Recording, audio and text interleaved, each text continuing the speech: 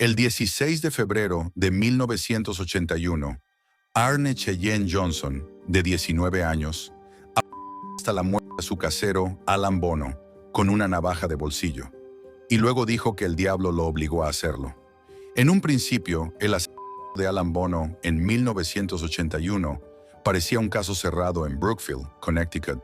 Para la policía, estaba claro que el propietario de 40 años había sido asesinado por su inquilino Arne Johnson durante una violenta discusión. Pero después de su arresto, Arne Johnson hizo una declaración increíble. El diablo lo obligó a hacerlo.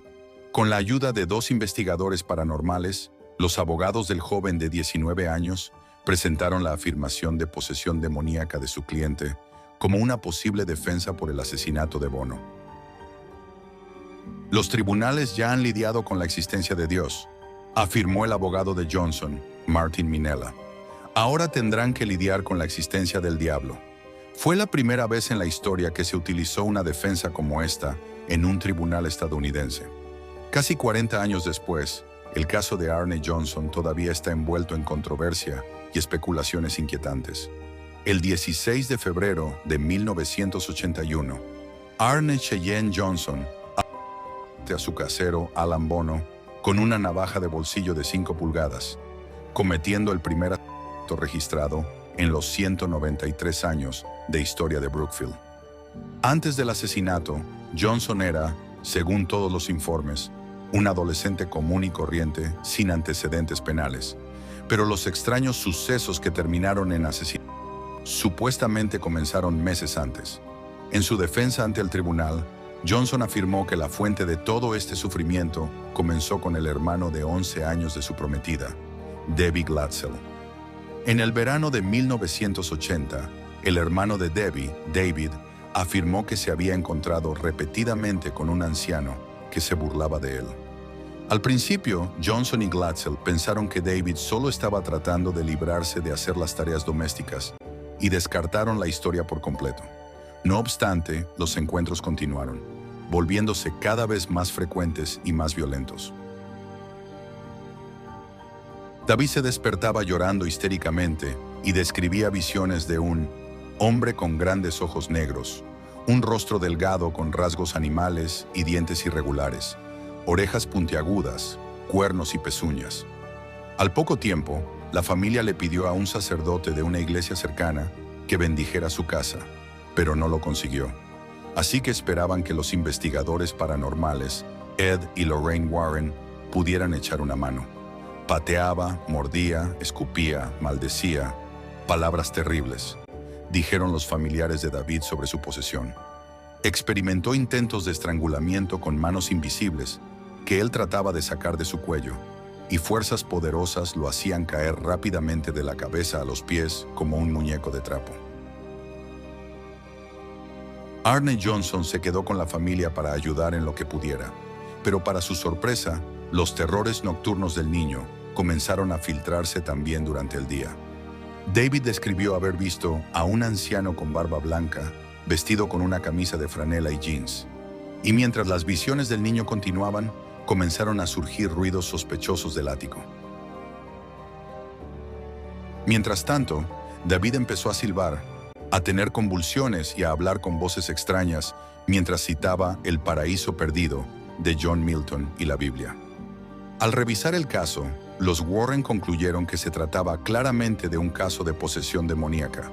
Sin embargo, los psiquiatras que investigaron el caso después del hecho afirmaron que David simplemente tenía una discapacidad de aprendizaje. Los Warren afirmaron que, en el transcurso de 3 exorcismos posteriores, supervisados por sacerdotes, David levitó, maldijo e incluso dejó de respirar. Tal vez aún más asombroso, David supuestamente predijo el asesinato que Arne Cheyenne Johnson finalmente cometería. En octubre de 1980, Arne Johnson comenzó a burlarse de la presencia demoníaca y le dijo que dejara de molestar al hermano de su prometida. «Llévame a mí, deja en paz a mi amiguito», gritó. Como fuente de ingresos, Arne Johnson trabajaba para un podador de árboles. Mientras tanto, Bono gestionaba una perrera. Supuestamente los dos eran amigos y a menudo se encontraban cerca de la perrera. A veces Johnson incluso llamaba para decir que estaba enfermo y así poder hacerlo. Pero el 16 de febrero de 1981 estalló una violenta discusión entre ellos. Alrededor de las 6:30 de la tarde, Johnson sacó de repente una navaja y atacó a Bono. Bono fue apuñalado varias veces en el pecho y el estómago, desangrándose hasta morir.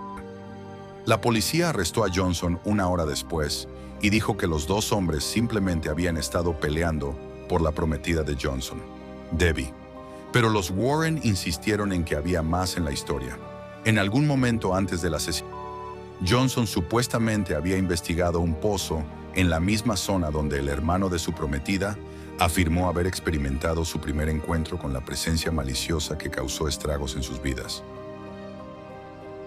Los Warren advirtieron a Johnson que no se acercara al mismo pozo, pero lo hizo de todos modos, tal vez para ver si los demonios realmente se habían apoderado de su cuerpo después de haberlos provocado. Johnson afirmó más tarde que vio a un demonio escondido dentro del pozo, que lo poseyó hasta después del asesinato.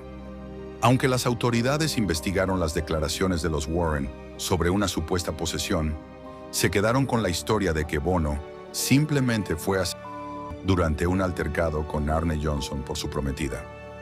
El abogado de Arne Johnson, Martin Minella, hizo todo lo posible para que el acusado se declarara inocente por posesión demoníaca. Incluso planeó citar a declarar a los sacerdotes que supuestamente asistieron a los exorcismos, instándolos a romper la tradición y hablar sobre sus controvertidos ritos. Durante el transcurso del juicio, Minella y los Warren fueron objeto de burlas rutinarias por parte de sus compañeros, quienes los veían como beneficiarios de la tragedia. Tienen un excelente número de vodevil, un buen espectáculo itinerante, dijo el mentalista George Kresge. Es solo que este caso involucra más a los psicólogos clínicos que a ellos. El juez Robert Callahan finalmente rechazó la petición de Minella. El juez Callahan argumentó que tal defensa sería imposible de probar y que cualquier testimonio sobre el asunto no era científico y por lo tanto irrelevante. La colaboración de 4 sacerdotes durante los 3 exorcismos nunca fue confirmada, pero la diócesis de Bridgeport reconoció que los sacerdotes trabajaron para ayudar a David Glatzel durante un momento difícil. Mientras tanto, a los sacerdotes en cuestión se les ordenó no hablar públicamente sobre el asunto. Nadie de la iglesia ha dicho de una forma u otra lo que estaba involucrado, dijo el reverendo Nicholas Pinda Grieco, un portavoz de la diócesis, y nos negamos a hablar. Pero a los abogados de Johnson se les permitió examinar la ropa de Bono. Argumentaron que la falta de sangre, rasgaduras o lágrimas podría ayudar a apoyar el reclamo de participación demoníaca. Sin embargo, nadie en la corte estaba convencido, así que el equipo legal de Johnson optó por una súplica de defensa propia. Finalmente, Arne Johnson fue condenado por homicidio en primer grado el 24 de noviembre de 1981 y sentenciado a 10 a 20 años de prisión. Solo sirvió alrededor de 5. Después de cumplir unos 5 años de prisión, Johnson fue liberado en 1986. Se casó con su prometida mientras todavía estaba tras las rejas, y a partir de 2014 todavía estaban juntos. En cuanto a Debbie, ella mantiene un interés en lo sobrenatural y afirma que el mayor error de Arne fue desafiar a la bestia que poseía a su hermano menor. Nunca das ese paso, dijo. Nunca desafías al diablo. Arne comenzó a mostrar las mismas señales de mi hermano cuando estaba bajo posesión.